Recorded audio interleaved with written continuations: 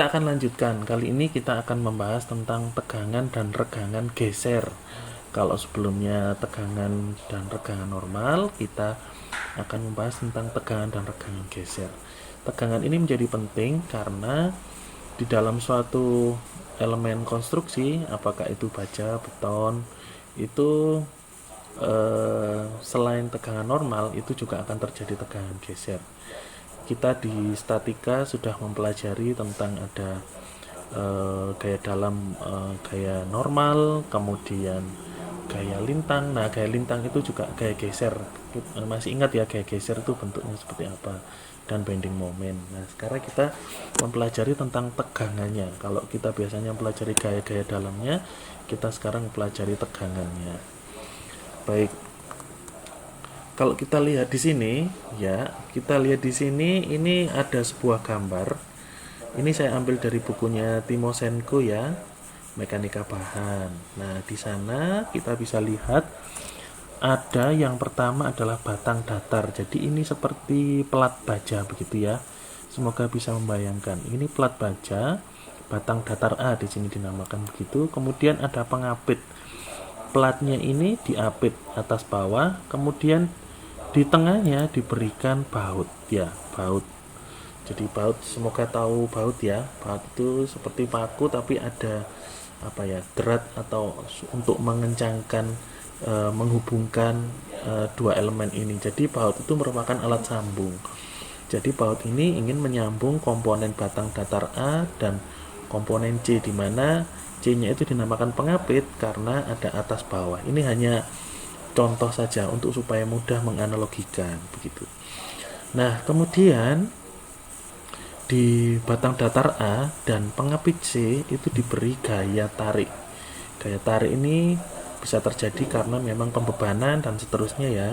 Diberi gaya tarik P ya dengan arah ke sana, maka yang akan terjadi akibat beban tarik P, maka batang datar A dan pengapit C akan menekan baut. Jadi bautnya itu seolah-olah ditekan dengan cara tumpu.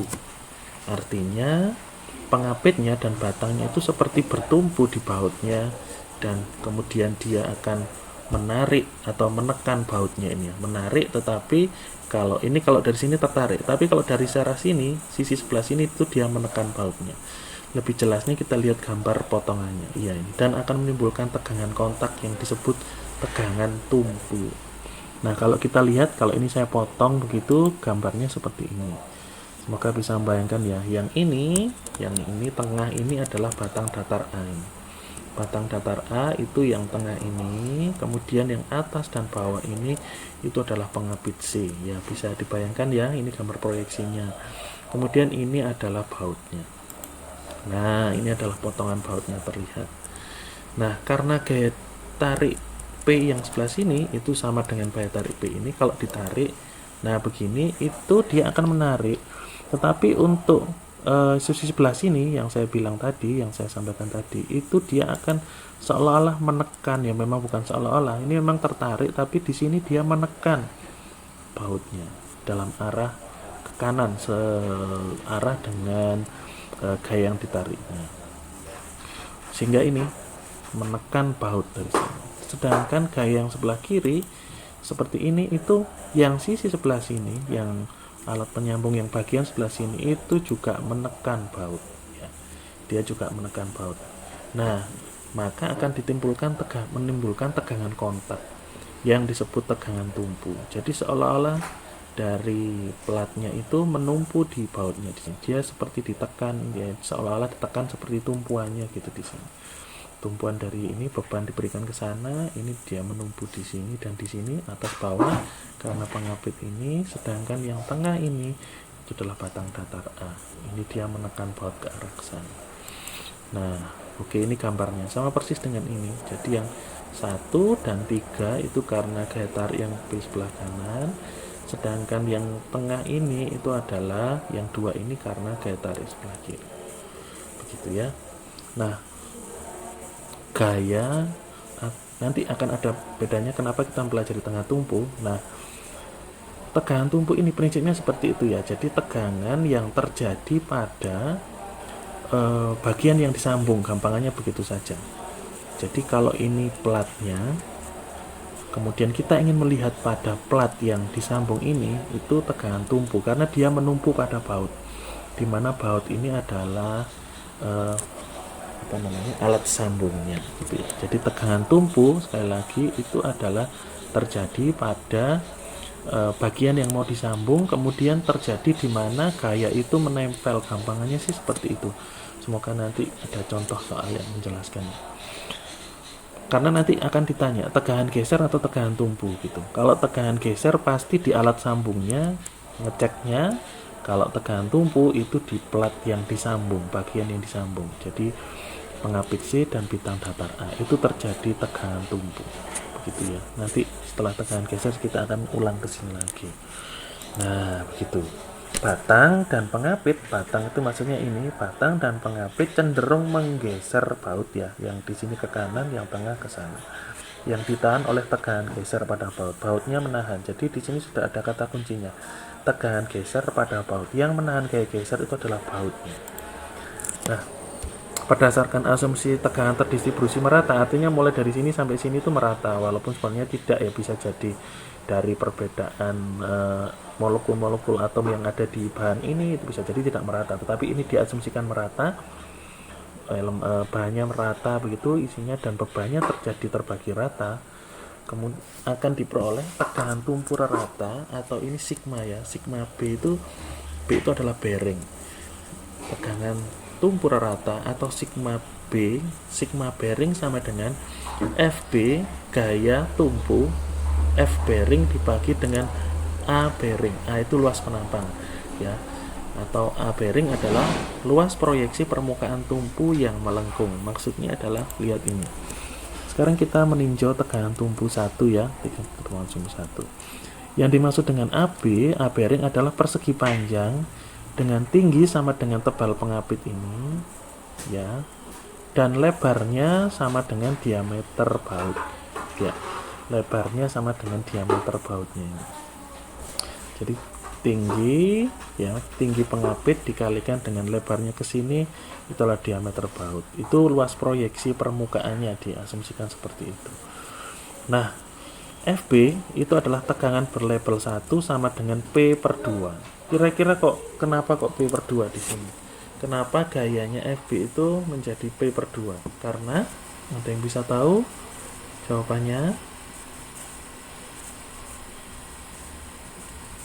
Apakah ada yang bisa menjawab kenapa kira-kira P-nya kok dibagi 2?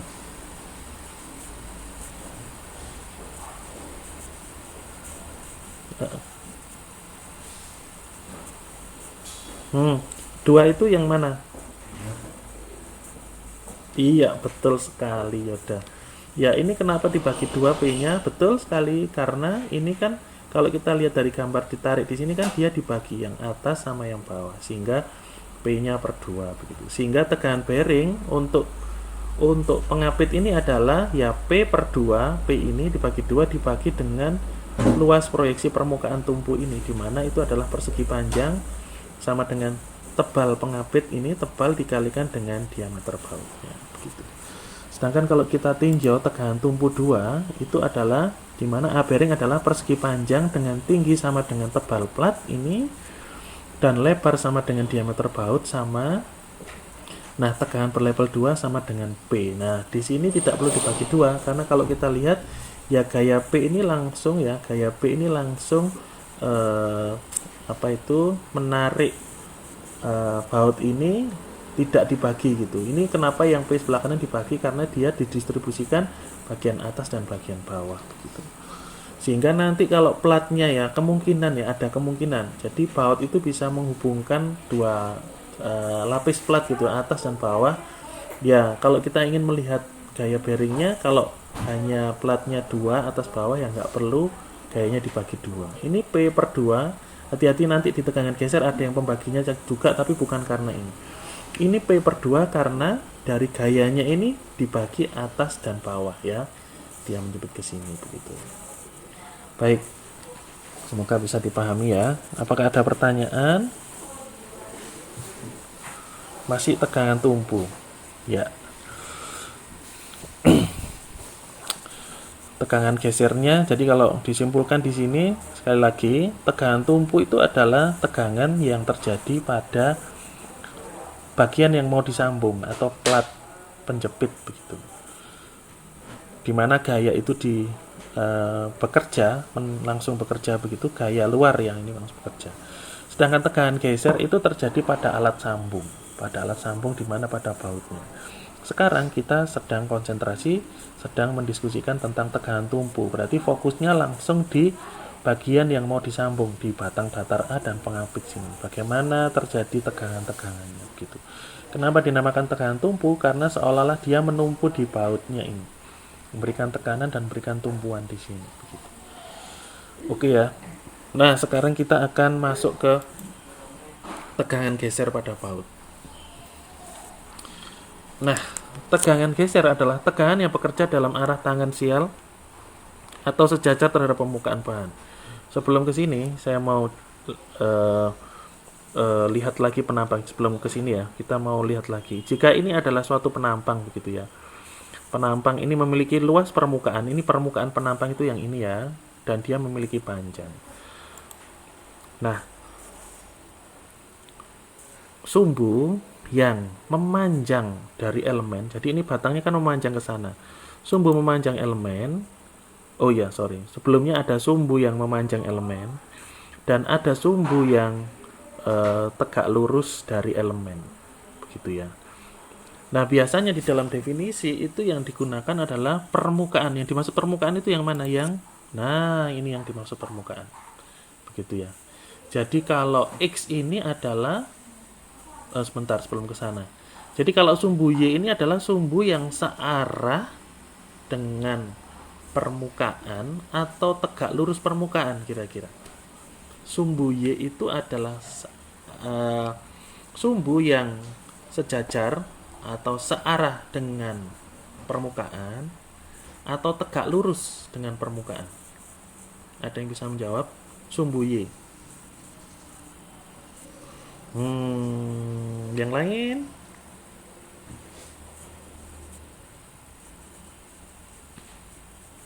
Iya, betul, sejajar toh. Jadi kan ini kan begini. Kalau kita bisa bayangkan ya, ini kan penampang ya, penampang. Nah, penampang ini kalau saya beri penggaris begitu, Oke, saya close dulu aja. Sebentar.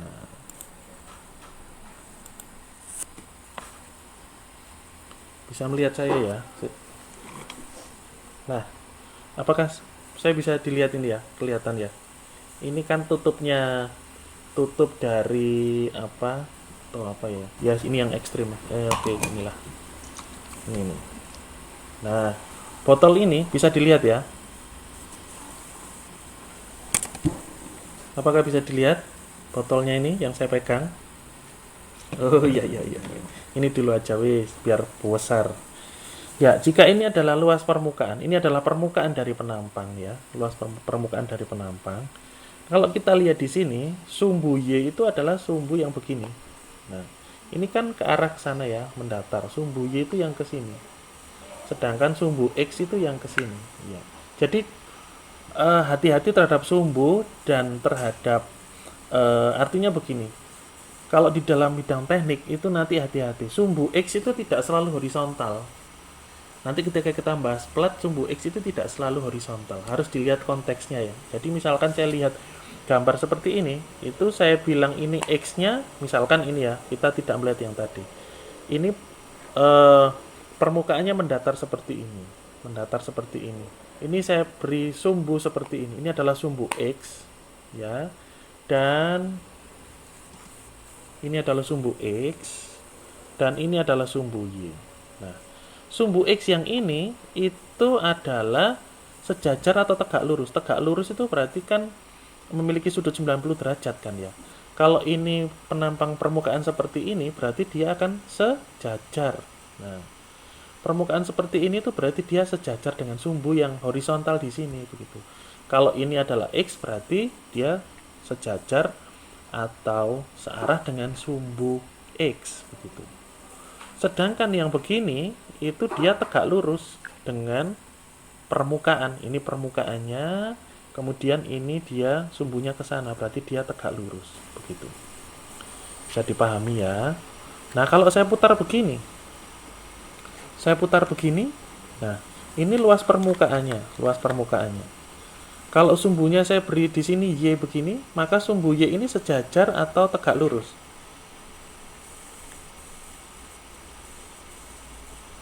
Yang lain, coba. Siapa yang mau menjawab? Andika atau siapa ini? Ya, betul. Oke. Betul sekali. Sejajar ya begini. Jadi dilihat. Jadi kalau begini dia begini yang sejajar begini. Begini yang sejajar yang begini. Tapi kalau tegak lurus ini horizontal begini, ini yang tegak lurus gitu ya. Dibalik seperti ini tegak lurus gitu, tegak lurus. Begitu ya. Nah, sekarang kalau ini ada sebuah tabung seperti ini, tabung ya. Dan ini adalah luas penampangnya, ya, luas penampangnya. Maka di luas penampang atau luas penampang ini kita lihat, ini kan mendatar seperti ini. Sumbu ini adalah sumbu yang sejajar, ya. Dan yang ke sana itu adalah yang tegak lurus ya. Sehingga tadi kalau ini adalah yang pulpen saya warna, ya ini paling enak, biru dan merah. Pulpen saya yang warna merah itu adalah yang tegak lurus dari penampang. Penampangnya seperti ini. Pulpen saya warna merah ini tegak lurus. Ini sumbu X-nya. Sedangkan sumbu Y-nya adalah yang sejajar dari permukaan penampang. Ini sejajar, ini tegak lurus penampang. Bisa dipahami ya? Seperti itu. Nanti kita kembali ke sana. Bisa dipahami, ini penting sekali karena nanti kita bicara masalah definisi, tegak normal dan sebagainya, ini istilah-istilah ini harus dipahami. Sekali lagi ini adalah permukaan, ya permukaan ini, luas permukaannya ini. Nah, kalau ada sumbu ke sana, itu berarti dia sejajar. Mau begini, jadi kalau begini yang horizontal ini yang sejajar. Tapi kalau begini, yang horizontal ini yang vertikal begitu. Yang vertikal ini yang sejajar, maaf. Kalau posisi seperti ini, ya, yang sumbu horizontal ini yang sejajar dengan permukaan penampang. Tapi kalau bentuknya seperti ini, yang vertikal ini yang sejajar penampang. Begitu pula dengan yang tegak lurus. Kalau posisinya begini, ya, pulpen saya warna merah ini tegak lurus dengan permukaan penampang. Sedangkan kalau posisi begini, pulpen saya yang merah ini adalah juga tegak lurus penampang. Tapi kalau tadi vertikal, ini horizontal begitu. Oke ya, itu yang semoga bisa dipahami, dipegang. Sekarang masih ada lagi. Jika ini adalah permukaan penampang dan ini adalah panjang dari penampang itu gitu ya. Jadi ini silinder misalkan ya, silinder ini permukaan penampangnya, ini dia memanjang ke sana. Nah, sumbu memanjang dari elemen ini itu dinamakan sumbu longitudinal. Ini sumbu longitudinal ya. Sumbu longitudinal gitu. Gitu. Apakah bisa dipahami? Gitu. Berarti kalau ini adalah bisa dipahami ya. Ada yang ditanyakan? Jangan bingung ya. Apakah ada yang ditanyakan? Nah, sekarang kembali lagi ke yang tadi.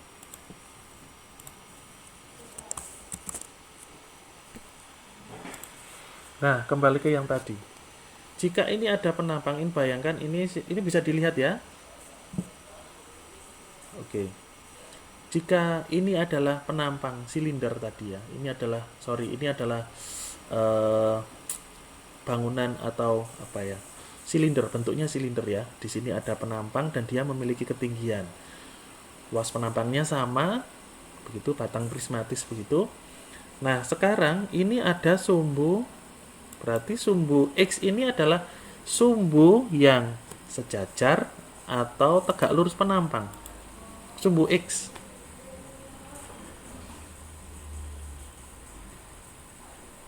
Ya, bagus. Chandra dan siapa tadi? Ini yang kedua tadi Olive. Maaf siapa? Teresa. Iya, maaf Teresa. bagus ya.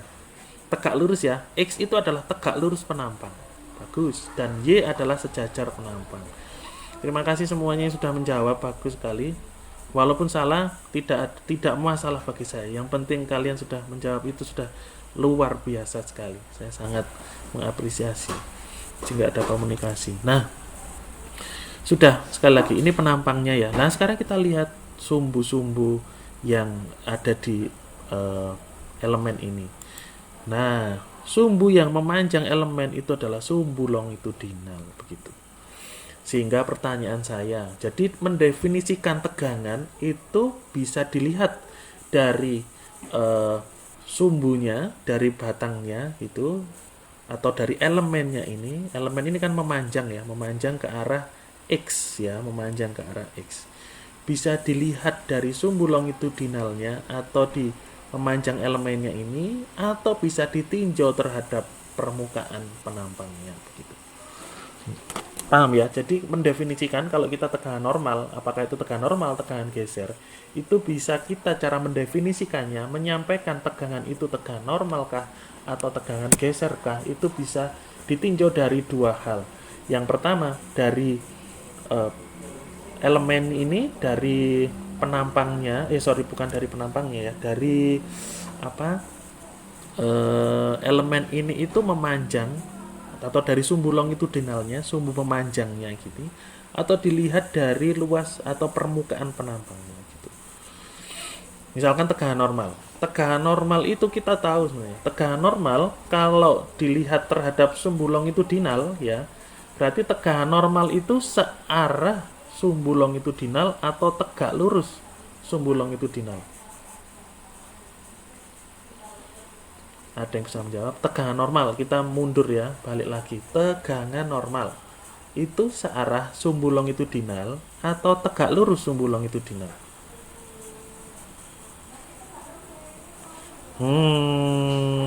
Masa tegangan normal itu kan tegangannya begini ya, terjadinya begini kan? Iya kan? Dia ditarik ke sana. Misalkan saya coba lihat lagi, tidak apa-apa ya. Mari kita cek ya, pelan-pelan.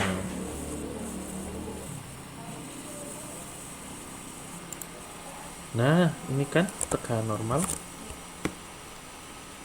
Nah, ini yang dulu saya jelaskan. Ini yang tadi dulu permukaan. Jadi ini tegangan normal. Jadi ada batang begini, diberikan gaya P, bisa tekan, bisa tarik.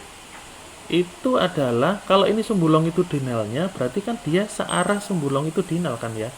Jadi kalau ini batangnya dia ditarik ke sana, itu searah sumbu longitudinalnya.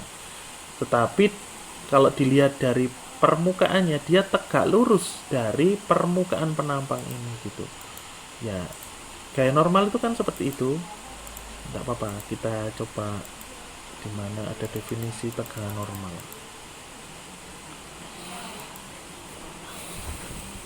Ini tegangan normal adalah intensitas gaya yang searah sumbu longitudinal. Nah, ini sumbu longitudinal toh, searah sumbu longitudinal atau tegak lurus permukaan penampang.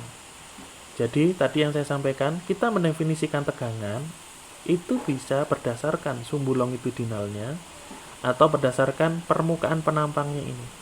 Nah, kembali ke tadi ya. Kembali ke yang di sini. Coba kita lihat lagi. Nah, ini kan, ini permukaan penampang. Dan mungkin ini kurang panjang mungkin ya. Nah, begini.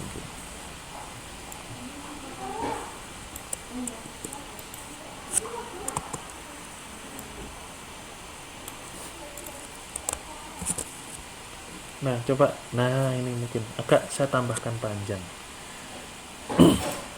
Ya, ini ada sumbu X. Ini ada sumbu Y. Ini adalah permukaan penampang. Nah, permukaan penampang seperti yang ditutup gelas yang tadi saya tunjukkan, atau di batang silinder tadi, ini adalah permukaan penampangnya. Nah, kemudian ada sumbu longitudinal, sumbu memanjang dari elemen. Elemennya kan memanjang ke sana. Nah, sumbu longitudinal itu sumbu yang memanjang elemen. Atau dalam hal ini lo ya, dalam hal ini itu sumbu longitudinal itu adalah sumbu X gitu. Nah, kita tahu tadi di contohnya, pada contoh batang prismatis itu ketika ada ditarik ke sana, berarti ini merupakan, kalau yang kita tahu di tegangan normal itu ya, tegangan normal adalah kalau dilihat dari sini itu searah atau tegak lurus. Nah, ini kalau sumbu longitudinalnya kan arahnya ke sana. Nah, gaya normalnya ke sana, tegangannya juga ke sana. Berarti tegangan normal itu searah atau sejajar sumbu longitudinal. Betul sekali. Ini masih tegangan normal loh ya, jangan bingung.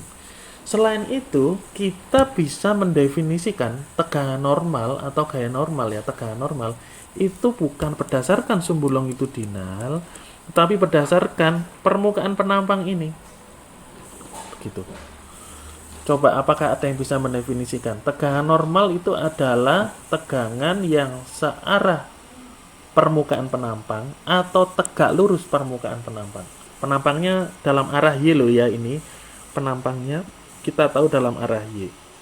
Berarti kalau kita ingin mengatakan atau mendefinisikan tegangan normal bukan berdasarkan sumbu longitudinal tapi berdasarkan permukaan penampang, maka tegangan normal itu titik-titik itu isinya searah atau tegak lurus, pilih yang mana, terhadap permukaan penampang. Silahkan, searah atau tegak lurus permukaan penampang untuk tegangan normal. Iya, betul sekali. Betul sekali. Terima kasih Catur. Wah, dari jauh menyampaikan. Ya, puji Tuhan. Betul sekali ya. Jadi itu tadi. Jadi sekali lagi kita bisa mendefinisikan tegangan itu dalam dua cara. Bisa dari sumbu longitudinalnya, sumbu memanjangnya, atau dari permukaan penampangnya. Begitu. Itu untuk tegangan normal. Sekarang begini. Nah, kita lihat di sini. Tadi kita lihat di sini ya. Di tegangan tumpu di sini, kita lihat di sini. Baut di sini itu di bukan di bautnya yang diberi gaya, tetapi di plat penyambungnya. Nah, kalau tegangan normal itu di sini tegangan normal, misalkan ini baut, maka gayanya ke sini kan. Nah, ke arah sana. Nah, ke arah sana ya. Tetapi ini adalah sebelum ke sana, sorry, maaf, saya ulangi.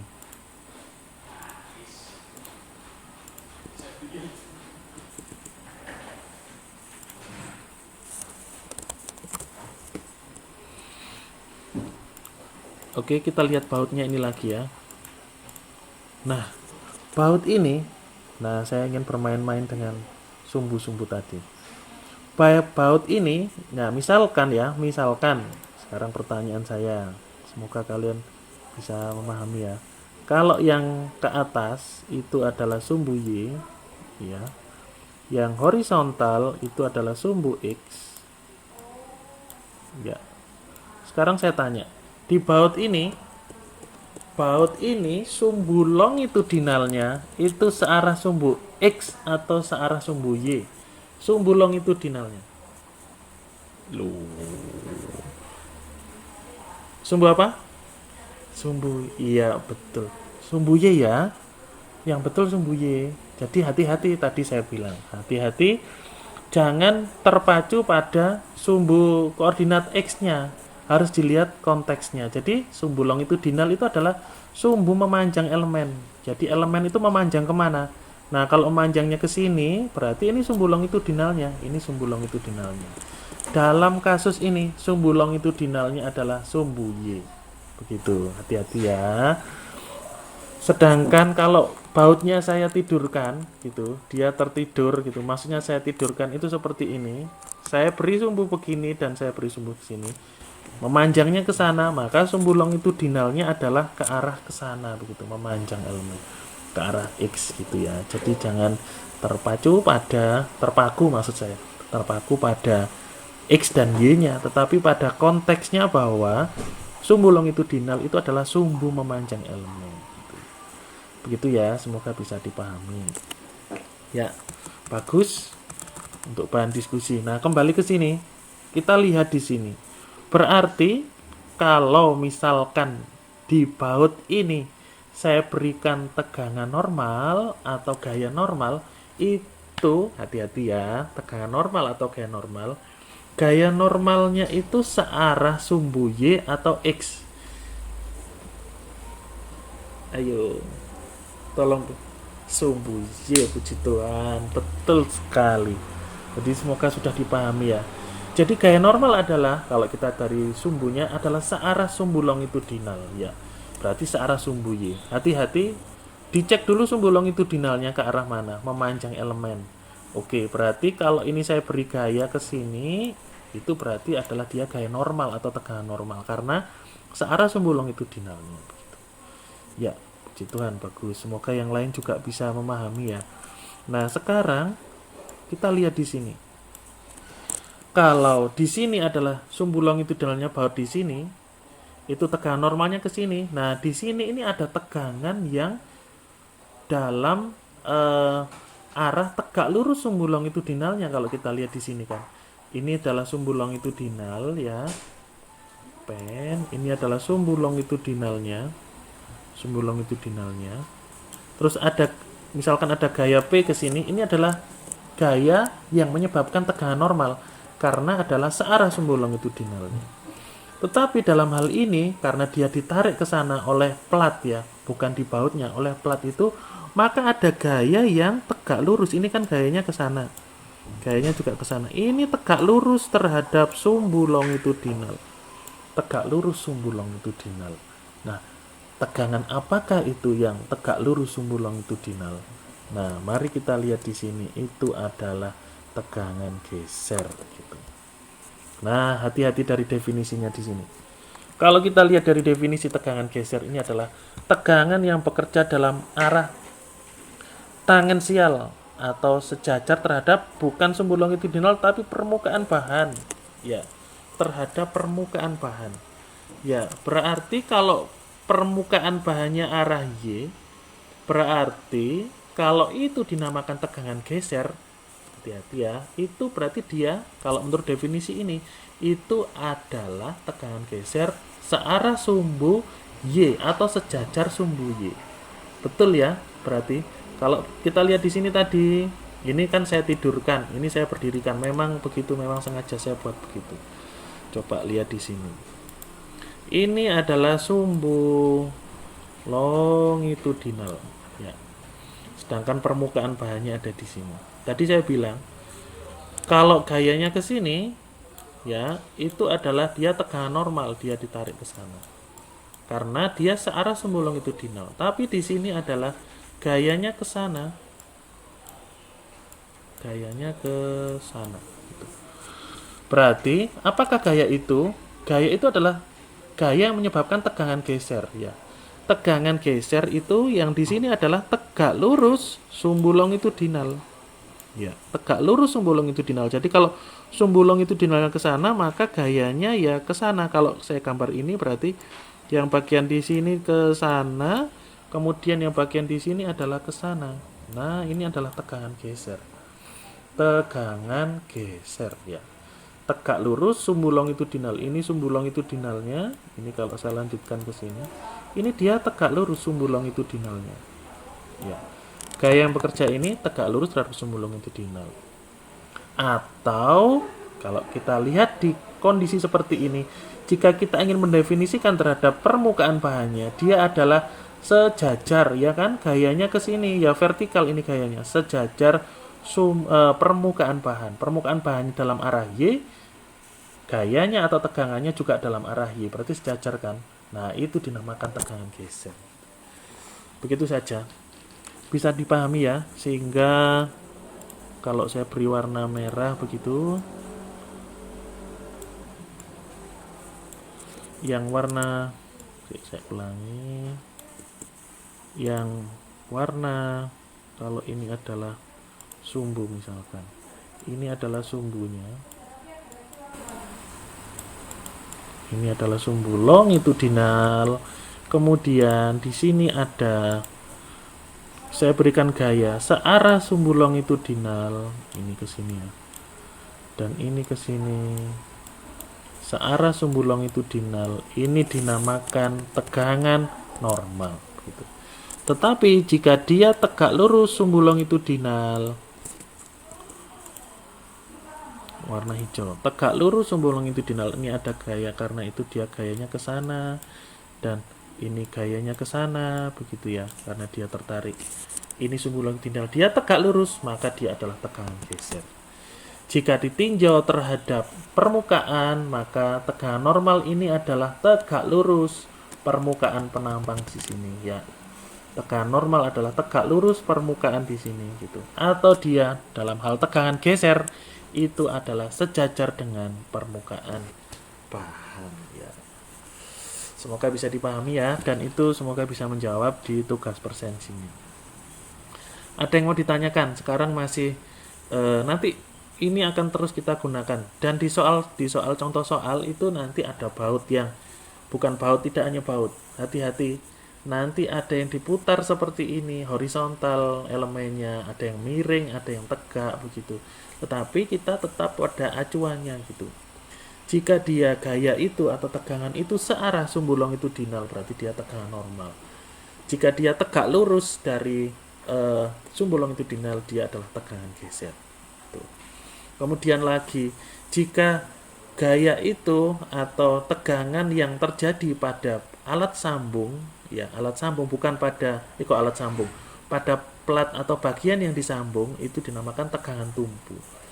Nah, tegangan geser itu biasanya terjadi, ya memang sebagian besar memang terjadi pada alat sambungnya atau bagian yang ditarik begitu. Kalau kita lihat di sini, ini ada batang datar, ada pengapit. Batang datar dan pengapit ini menarik apa sih? Menarik baut. Nah, bautnya ini menerima tegangan geser. Sedangkan plat pengapitnya ini mengalami tegangan tumpu. Nanti akan saya ulangi lagi gitu. Apakah ada yang ditanyakan di sini? Silahkan. Semoga bisa dipahami ya. Ayo Chandra, silahkan. Hmm? Hmm?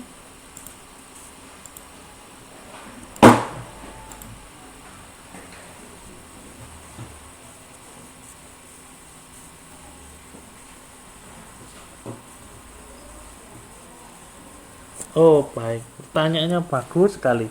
Mantap, mantap. Baik. Jawabannya begini. Baik tegangan normal maupun tegangan geser itu bisa dalam kondisi tertekan dan tertarik. Jadi dalam tegangan normal itu bisa tidak selalu tertarik. Jadi tegangan normal bisa jadi tekan begitu. Bagus sekali pertanyaannya, dan itu bisa saja terjadi ya. Misalkan saya kembali ke yang tegangan normal.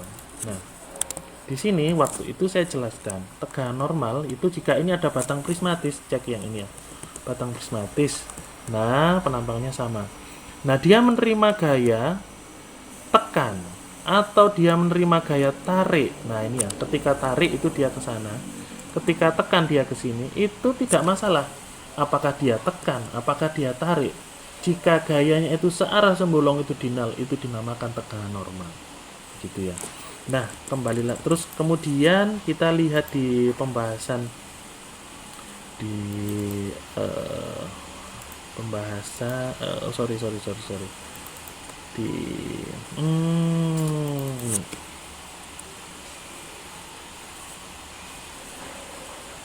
nah di sini batang mengalami tarik dan tekan. Nah, batang yang mengalami tarik ini, tariknya ini menyebabkan tegangan normal gitu. Tegangan normal tapi dia tertarik dan menyebabkan tegangan normal. Kalau tertarik berarti penampangnya semakin panjang, tetapi dia kalau tertekan dia semakin pendek kan. Nah, jadi tegangan normal bisa tarik, bisa tekan. Begitu pula tegangan geser. Chandra, bagus pertanyaannya. Tegangan geser itu bisa jadi dia itu adalah menekan dari baut di sini, atau dalam kondisi yang ini saja yang lebih jelas. Nah, ini Dalam kondisi ini karena dia tertarik ya, karena dia menarik, tetapi di sini dia menekan. Nah, bisa jadi ini kondisinya tertekan begitu. Tapi ada kalanya akan ada kemungkinan dia juga akan tidak selalu tertekan. Bisa jadi dia eh, arahnya berbeda begitu ya. Tapi memang ini apa? Karena dia bentuknya seperti ini, dia menekan seperti ini memang, menekan seperti ini. Jadi seolah-olah memang dimanapun posisinya dia menekan. Maksud saya tidak selalu dia apa ya namanya, dia menekan dari arah sebelah sini begitu. Kalau tegangan normal juga tidak selalu tarik ya, dia bisa tertekan gitu, dia bisa menekan gitu. Yang terpenting yang dijadikan acuan adalah arah gayanya itu tegak lurus atau searah begitu. Begitu Chandra ya.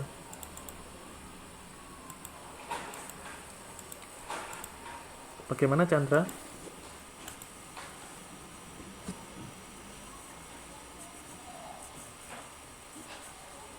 Iya betul betul.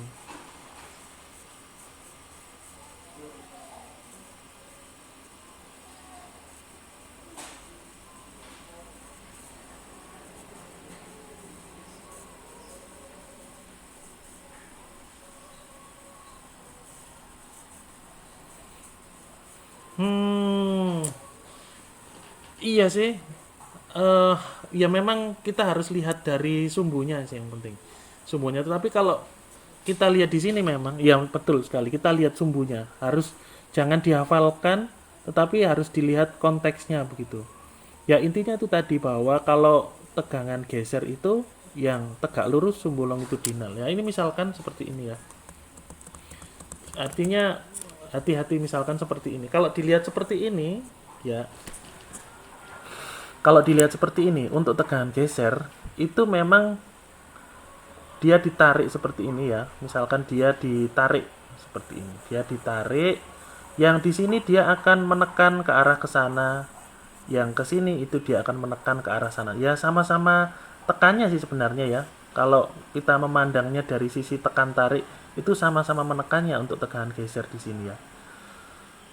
Kalau dia gayanya ditekan ya, gayanya ditekan berarti kan dia yang di sisi sebelah sini itu akan menekan baut ke arah ke sana kan ya.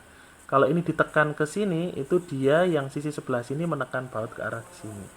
Ya kalau saya tidak mempermasalahkan tekan tariknya sih ya sebenarnya, tapi lebih kepada arah gayanya gitu. Seperti itu. Nanti di contoh soal saja mungkin kita bisa lebih pahami begitu ya. Jadi arah gaya ini atau tekan atau bagaimana geser lebih kepada geser dan tegangan normalnya. Tapi kalau kita lihat memang benar ya. Kalau dipikir-pikir benar juga ya Chandra ya ini kalau kita lihat. Kalau tegangan geser itu dia eh, apa namanya?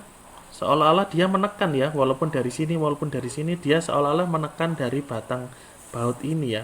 Dia menekan, misalkan dia ditarik gitu, dia juga menekan ke sana, dia ditekan itu juga menekan ke sana ya. Betul juga sih, bisa jadi begitu. Tapi harapan saya eh, dilihat gayanya ya. Mungkin jangan tekan tariknya begitu. Kalau tegangan normal itu juga dilihat arah gayanya kemana begitu. Begitu Chandra. Ya bagus sekali Chandra, terima kasih. Nah saya lanjutkan. Sekarang kita ke tegangan geser. Masih di gambar yang di sini ya. Di gambar yang di sini itu kalau kita lihat itu kita meninjau gambar yang C di sini. Terdapat kecenderungan untuk menggeser baut di sepanjang penampang MN dan PQ. Ya, karena gaya platnya itu yang ditarik, plat pengapit ini ya, dan bidang datar yang A ini, bidang datar A ini itu yang di sini, pengapit itu yang atas dan bawah, itu karena tarikan itu terdapat kecenderungan untuk menggeser baut ini ya. Yang pengapit atas bawah itu menggeser baut ke kanan dan yang P ini di bidang datar A ini menggeser baut ke kiri. Begitu. Nah, kalau kita lihat ini di sini adalah batas gesernya. Misalkan dia sampai berhasil begitu ya, maka batangnya akan patah di sini ya. Misalkan dia eh, pelatnya ini menggeser di sini, maka terjadi patahan di sini. Maka di dalam nanti konstruksi baja ya, kalau ada yang namanya kegagalan tumpu dan kegagalan geser. Kalau kita lihat di sini, misalkan gampangannya begitu. Ini adalah plat penyambung dan ini adalah bautnya. Plat itu adalah bagian yang disambung, baut itu adalah alat penyambungnya. Akan dinamakan kegagalan geser jika bautnya yang hancur. Artinya platnya lebih kuat daripada bautnya. Itu dinamakan kegagalan geser. Karena bautnya yang hancur. Ini bautnya hancur di sini. Platnya lebih kuat. Tetapi jika bautnya lebih kuat, artinya bautnya ini lebih kuat mutunya atau kekuatannya daripada platnya, maka dinamakan kegagalan tumpu. Platnya yang robek. Ini mungkin karena ditarik, maka plat ini akan robek. Bautnya yang kuat. Begitu saja sebenarnya. Nanti di aplikasinya. Jadi tegangan geser itu terjadi pada bagian yang menahan gaya tarikan dan dia akan cenderung untuk geser gitu. Kalau di dalam konteks ini tegangan geser terjadi pada bautnya begitu. Dia tertarik ke sana dan ada hati-hati atau begini gampangannya. Kalau tegangan geser kita fokus di bautnya, nanti juga ke rumusnya. Kalau tegangan tumpu fokus ke plat penyambungnya begitu. Nanti saya akan ulangi ya.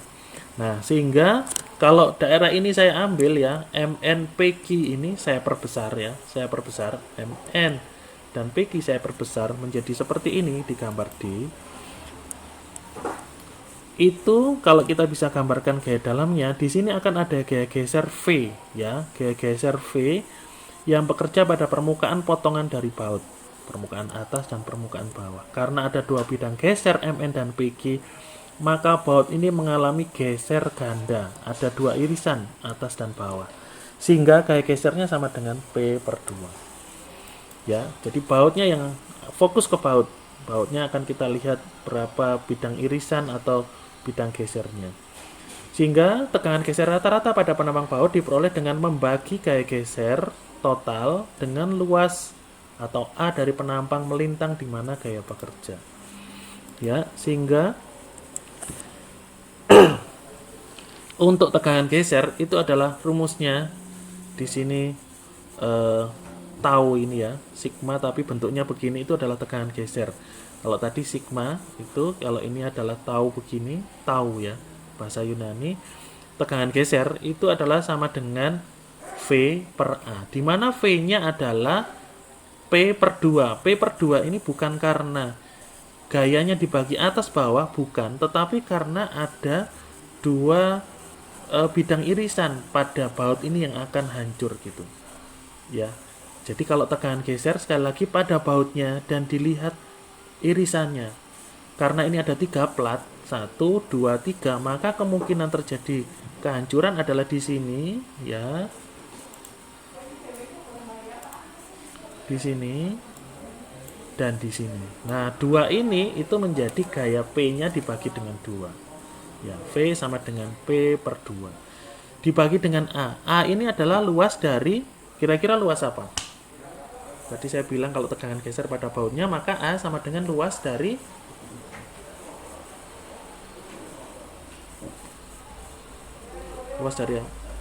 luas, iya, betul, luas penampang baut ya, luas penampang baut.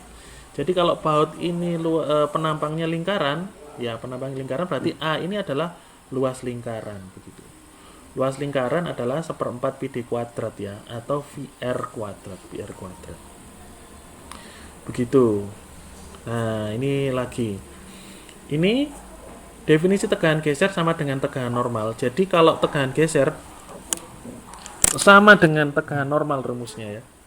Kalau tegangan normal P/A, intensitas gaya per luas penampang. Luas penampang yang menahan itu sama, tetapi hanya arah gayanya yang berbeda. Kalau tegangan normal itu gayanya adalah searah sumbu long itu dinal. Kalau tegangan geser itu adalah tegak lurus sumbu long itu dinal. Rumusnya sama begitu. Intensitas gaya per satuan luas. Ada geser langsung dan geser tidak langsung.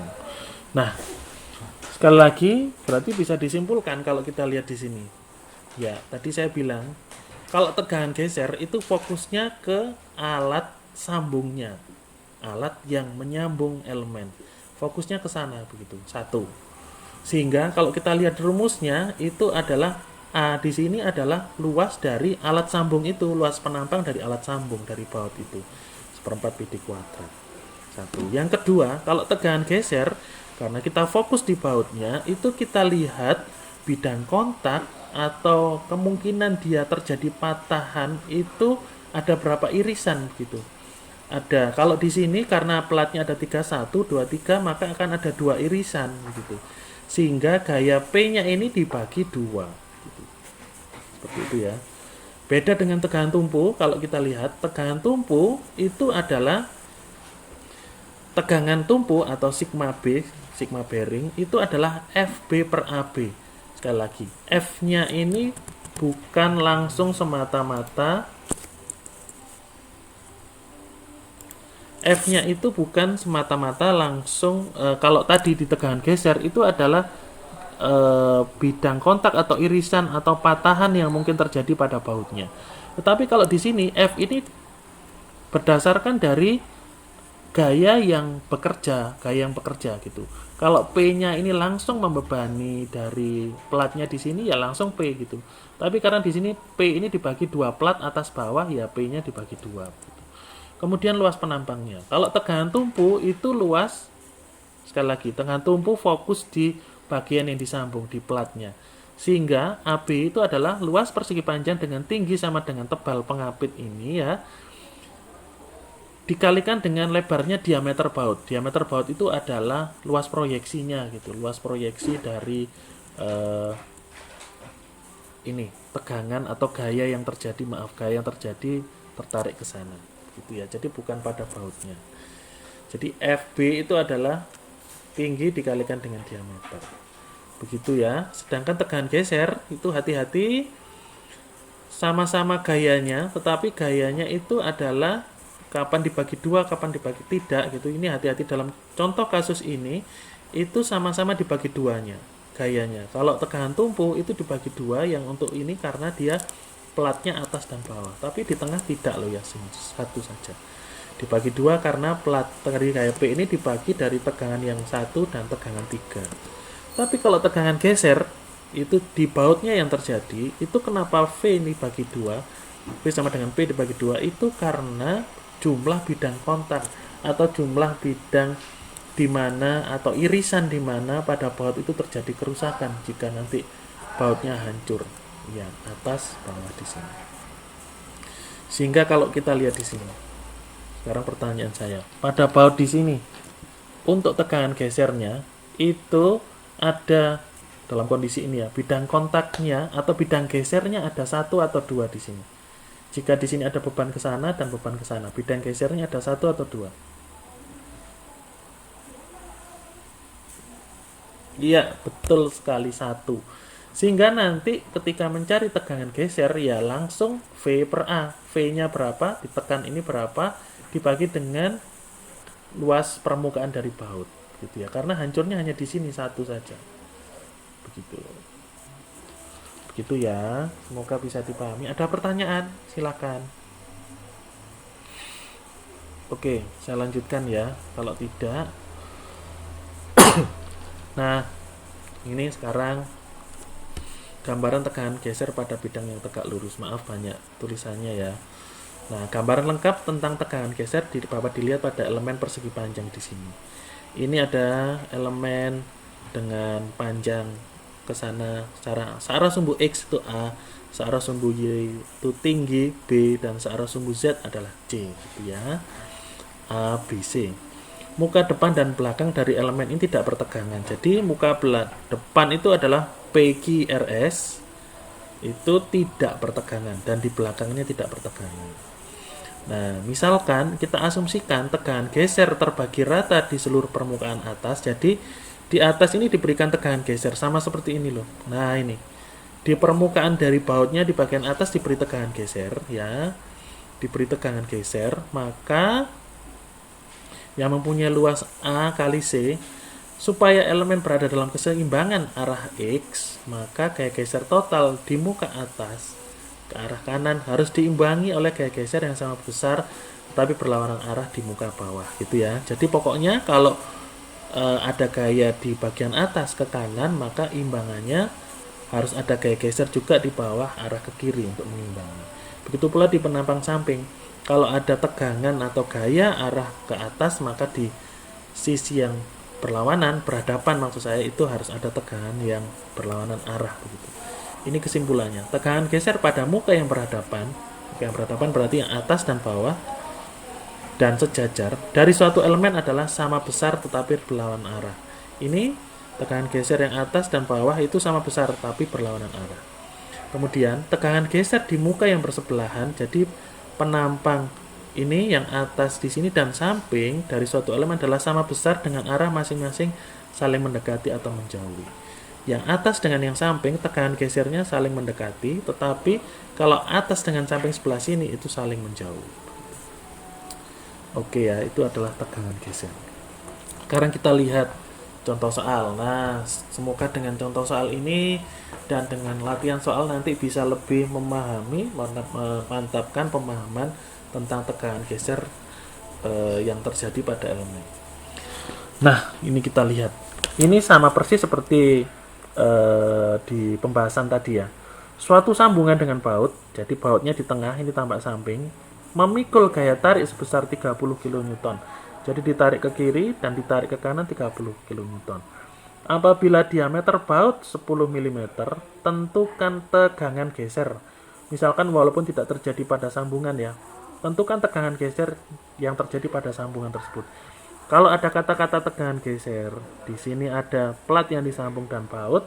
Berarti kalau tegangan geser kita langsung fokus ke apa? Ke platnya atau ke bautnya?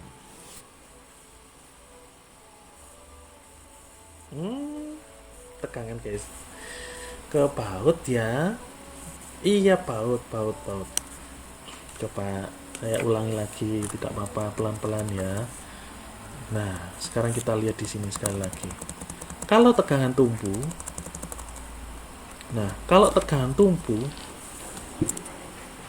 tegangan tumpu itu adalah, kalau ada pertanyaan tegangan tumpu, itu fokusnya ke bagian yang disambung atau ke platnya. Ya, bagian yang disambung atau ke platnya. Nah, kalau dalam hal ini berarti pengapit C dan batang datar A. Gitu ya, tegangan tumpu. Nah, itu bisa kita cek dari rumusnya. Kalau tegangan tumpu itu berarti adalah FB, di mana FB ini adalah gaya yang terjadi, gaya tarikan yang terjadi begitu. Kalau itu terjadi pada pengapit, maka gayanya dibagi dua, atas dan bawah. Pada platnya, fokus pada platnya. Dibagi dengan luas proyeksi permukaan. Luas proyeksi permukaan ini adalah tinggi dari platnya. Jadi langsung ke platnya. Dikalikan dengan diameter baut. Ya, karena diproyeksikan. Ya, itu tegangan tumpu. Sehingga kalau tegangan tumpu, fokusnya ke platnya gitu. Sedangkan tegangan geser, kalau kita lihat, tegangan geser itu kalau kita lihat di sini, itu adalah yang ditahan oleh baut, bukan oleh plat.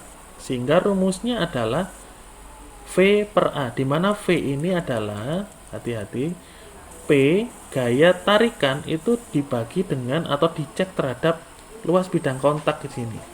Luas bidang kontak atau bautnya itu gampangannya patah berapa irisan sih begitu. Ini kenapa ada dua? Karena ada dua plat di atas dan satu plat di tengah. Berarti dia kemungkinan patah di sini dan di sini. Begitu. Sehingga P per 2. Fokus ke bautnya kalau tegangan geser. Dibagi dengan A. A-nya langsung karena ini bautnya, ya langsung luas penampang dari baut. 1/4 PD kuadrat atau PR kuadrat. Begitu. Sehingga kalau kita lihat di contoh soal ini, ketika ditanyakan tentukan tegangan geser yang terjadi pada sambungan, nggak usah bingung-bingung, langsung fokus. Kalau ini tegangan geser ya, langsung fokus ke bautnya begitu. Berarti berapakah tegangan geser yang terjadi? Ada yang tahu? Tegangan geser tadi adalah apa? V per A ya. Berarti berapa?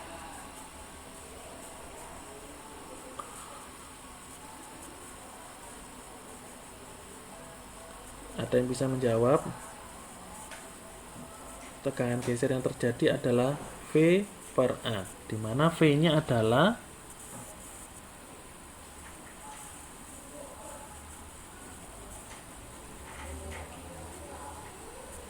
oke, P-nya 30 dibagi 2 atau tidak? Ini hati-hati ya, tegangan geser itu terjadi pada baut. Nah, di rumusnya kan tegangan geser tegangan geser itu sigma begini ya. Sama dengan V per A. Ya. Sekarang yang kita harus cek adalah V-nya. V-nya itu apakah kita langsung memasukkan 30 kN atau berapa begitu. Tadi kita harus ingat kalau tegangan geser itu kita lihat irisan atau bidang kontaknya ya. Nah, sekarang kita lihat di sini. Kita lihat plat atau baut ini, langsung fokus ke baut ya, karena tegangan geser itu dia ada berapa irisan gitu. Nah, ini kan ditekan ke sana, ini ditekan ke sana, persis seperti, iya betul sekali. Ada 2 di sini kan ya. Di sini 1 dan di sini 2 begitu. 1, 2. Sehingga V di sini adalah sama dengan ya P per, iya betul, P per 2 dibagi luas dari penampang 1/4 pi d kuadrat begitu. Betul sekali. Sehingga nah inilah tegangan geser sama dengan Fs per A ya, istilahnya apa terserah, tapi kita lihat di sini. Tegangan geser adalah setengah P. Kenapa setengah P? Ini bukan karena dibagi atas bawah, tetapi karena ini tegangan geser pada baut itu karena irisan yang terjadi. P-nya ini P-nya itu mengakibatkan 2 irisan. Pada baut ini terjadi keretakan atau kehancuran atau patah atau irisan berapa ya gitu. Nah, ternyata di sini dan di sini. Maka P-nya dibagi 2. Setengah P dibagi 1/4 pi d kuadrat. 1/4 pi d kuadrat itu adalah luas penampang dari baut. Begitu. Apakah bisa dipahami? Atau ada yang ditanyakan? Nah, ini sekarang ada yang tanyakan ya. Nah, sekarang saya yang bertanya. Ini kenapa kok dijadikan MPa satuannya ya? Masih ingat 1 MPa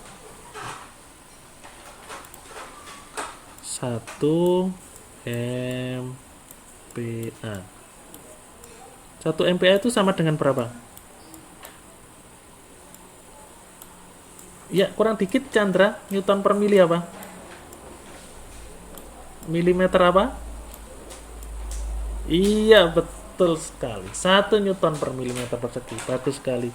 Sehingga dari 30 kN ini kita jadikan dulu kilonewton ya. Ke Newton kan 30.000 ya. 30.000. Sehingga setengah kali 30.000 dibagi 1/4 pi d kuadrat. Itu sama dengan 192 megapascal ya. Karena 1 Newton per milimeter persegi sama dengan 1 megapascal gitu. Paham ya? Silakan dibuat catatan. Baik, kalau sudah, saya ada satu lagi. Kalau tes ini, tes. Misalkan ada plat seperti ini. Satu plat begini ya. Ini tampak atas ya. Tampak dari atas, dilihat dari atas.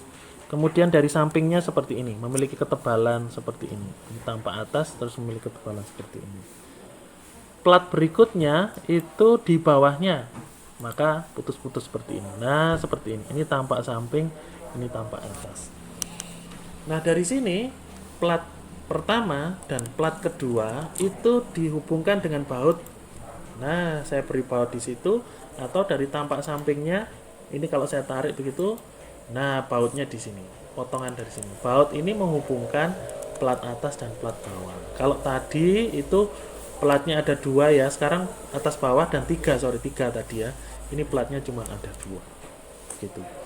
Nah, kemudian dia ditarik. Ini tampak atas, ini tampak samping ya. Dia ditarik dengan gaya P sama dengan 20 Newton dan ditarik ke kiri, ini ke kanan P20 Newton, ke kanan dan ini ke kiri P20 Newton. Jika diameter 20 mm, berapakah tegangan geser pada baut? Ada yang bisa menjawab? Tegangan gesernya berapa?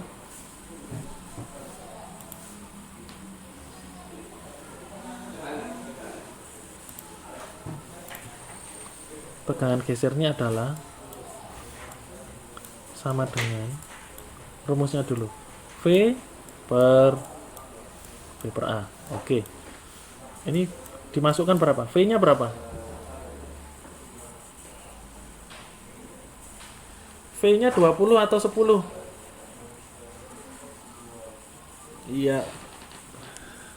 Ya, mantap. Ya, bagus. Terima kasih. Semuanya menjawab dengan serentak. Berarti sudah memahami ya. Bagus. Terima kasih. Kenapa kok tidak 10? Karena kita lihat kalau tegangan geser itu fokus pada baut ya.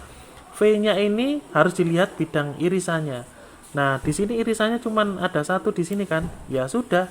Ya berarti P per 1 atau P per 1 sama dengan P. Betul. Sehingga tinggal tegangan geser itu ya tinggal V per A ya tinggal 20 Newton dibagi dengan 1/4 PD kuadrat gitu. Ya, betul. Berarti sudah memahami ya. Kenapa V-nya tidak dibagi 2? Karena bidang gesernya hanya ada 1 gitu. Tegangan geser pada baut. Nanti di soal ada tegangan tumpu dan sebagainya. Ya, bagus sekali. Berarti sudah dipahami. Ada yang ditanyakan? Silahkan. Belum saya jelaskan tugasnya. Oke, silahkan Chandra. Ayo.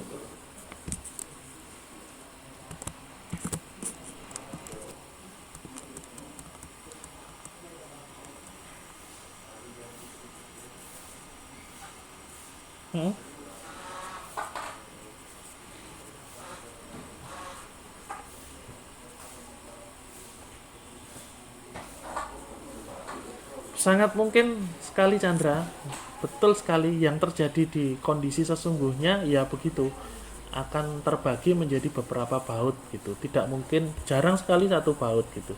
Nah, kenapa di contoh soal itu hanya satu baut? Nah, supaya tidak bingung dulu gitu. Nah, bingungnya nanti di soalnya. Di soalnya kebetulan ada yang bautnya lebih begitu. Mungkin sekali terjadi. Betul sekali, pertanyaannya bagus. Itu yang terjadi di lapangan kondisi sesungguhnya. Jadi nanti di perencanaan baja itu akan dibalik prosesnya begini. Dari tegangan yang terjadi supaya sambungan ini kuat gitu ya. Sambungan ini kuat misalkan tidak robek di platnya dan bautnya itu juga kuat, itu mampu ditahan berapa kekuatan yang harus ditahan gitu ya. Jadi P20 berarti tegangannya berapa yang nanti tegangan geser yang terjadi di baut di sini. Misalkan contoh soal ini. Nah, ini kondisi yang di lapangan begini. Oke, ini contohnya. Misalkan begini, ada gaya P, kemudian kita hitung tegangannya Fs sama dengan 1/4 PD kuadrat. Itu kalau untuk satu baut, maka dia mampu menahan 192 MPa. Nah, diameter bautnya ini kan 10 mm gitu. Ya, 10 mm gitu ya, 10 mm. Jadi kalau dipakai satu baut, dia mampu menahan 192 MPa gitu. Kemudian ada masalah, di lapangan ternyata tidak ada baut diameter 10. Adanya baut diameter 5 mm gitu. Apakah boleh? Ya boleh saja. Mau diameternya 5 meter, 5 mm atau 2,5 mm boleh. Intinya baut-baut itu ketika nanti dijumlahkan kekuatannya atau ketahanannya mampu menahan 192 MPa begitu.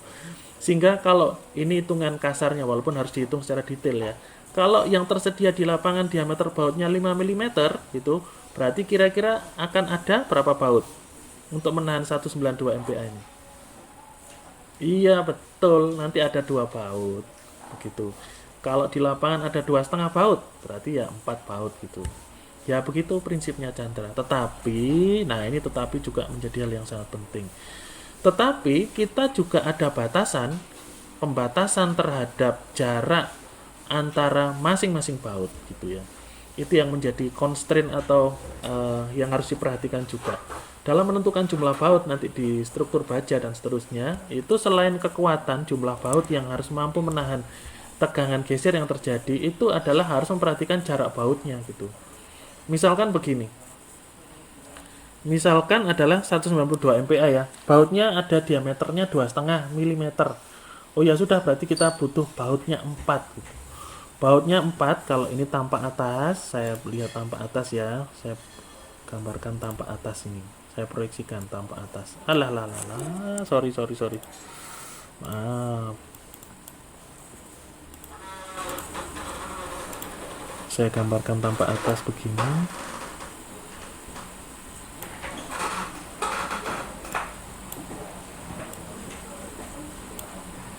Iya, begini. Dan ini plat yang arah ke sana.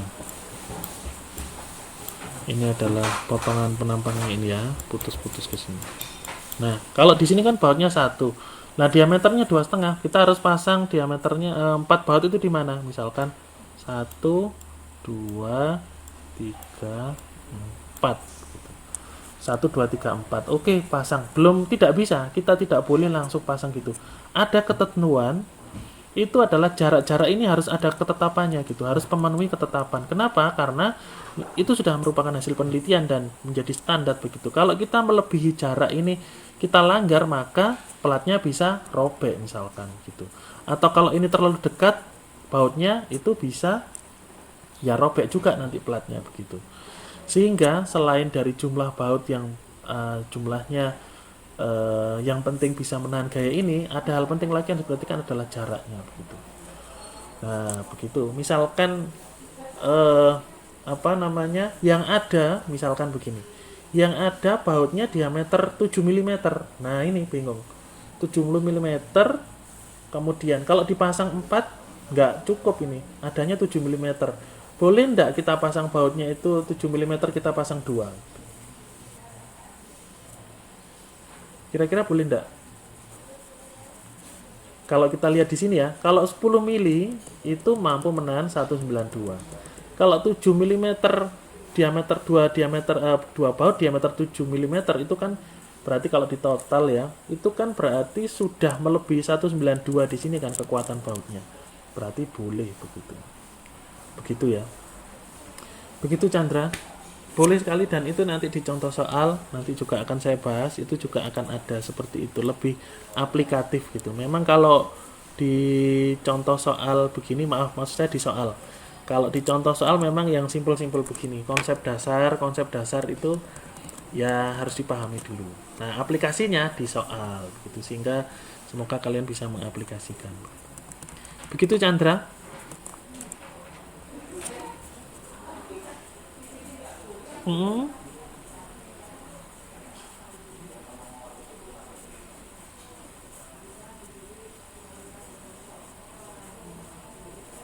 Iya. Menurutmu bagaimana? Kira-kira menurutmu?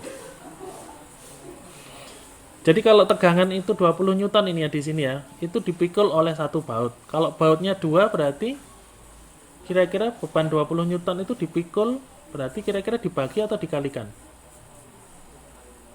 Iya, betul sekali. Jadi beban yang terjadi dibagi 2 baut. Nah, itu betul sekali.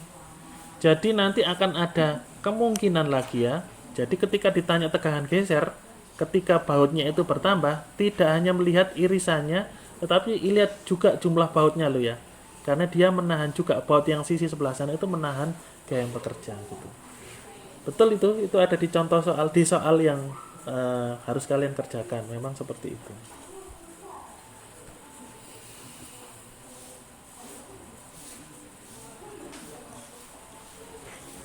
Mm-mm.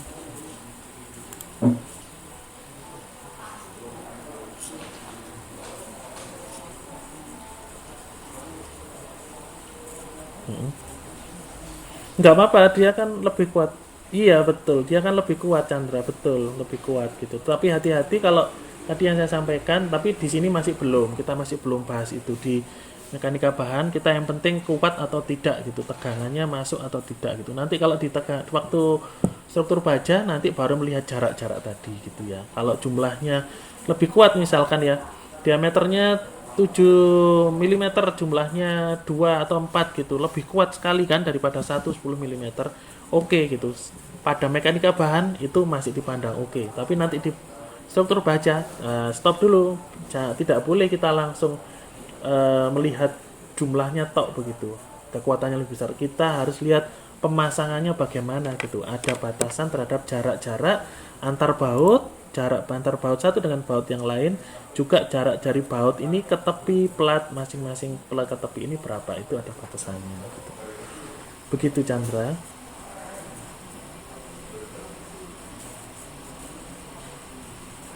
Mm-mm. Mm-mm.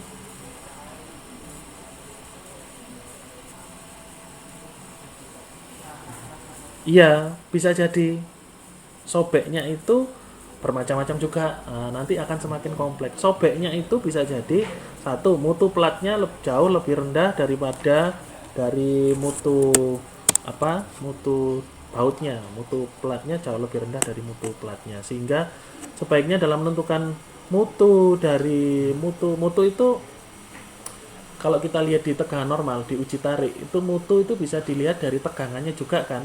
F yield-nya itu juga menunjukkan mutu dari baja. Mutu dari dua bahan, baik alat sambung maupun plat yang disambung, sebaiknya tidak terlalu jauh gitu.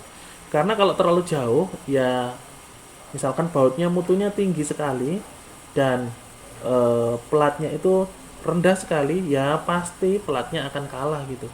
Sebagai contoh ekstrimnya ya, contohnya ekstrim. Contoh ekstrimnya adalah paku yang kalian masukkan di kertas atau plastik gitu. Mutunya kan jauh ya, itu tinggal mudah saja kertasnya ditarik begitu ya, ketika ada paku ya sobek begitu kan. Tetapi ketika misalkan sama-sama agak sedikit mendekati ya, walaupun ya lumayan, paku di kayu gitu misalkan. Nah itu ketika kayunya ditarik itu kan pakunya juga mungkin akan tergeser, tapi tidak selemah ketika kayu itu diganti kertas gitu ya. Sehingga mutunya tadi robeknya dari plat itu bermacam-macam. Bisa jadi karena mutu dari bahan platnya lebih rendah, jauh daripada baut. Yang kedua adalah jarak tadi Chandra. Jarak itu juga harus diperhitungkan. Ketika terlalu mepet, terlalu mendekati dengan pinggiran begitu ya, ini terlalu pinggir ini dan melebihi dari persyaratan, bisa jadi dia robek gitu walaupun mutunya mendekati begitu, sehingga itu nanti akan lebih kompleks gitu ya. Bagus gitu aplikasinya, memang harus kita orientasi kita memang tidak hanya perhitungan di sini tapi di aplikasinya nanti bagaimana.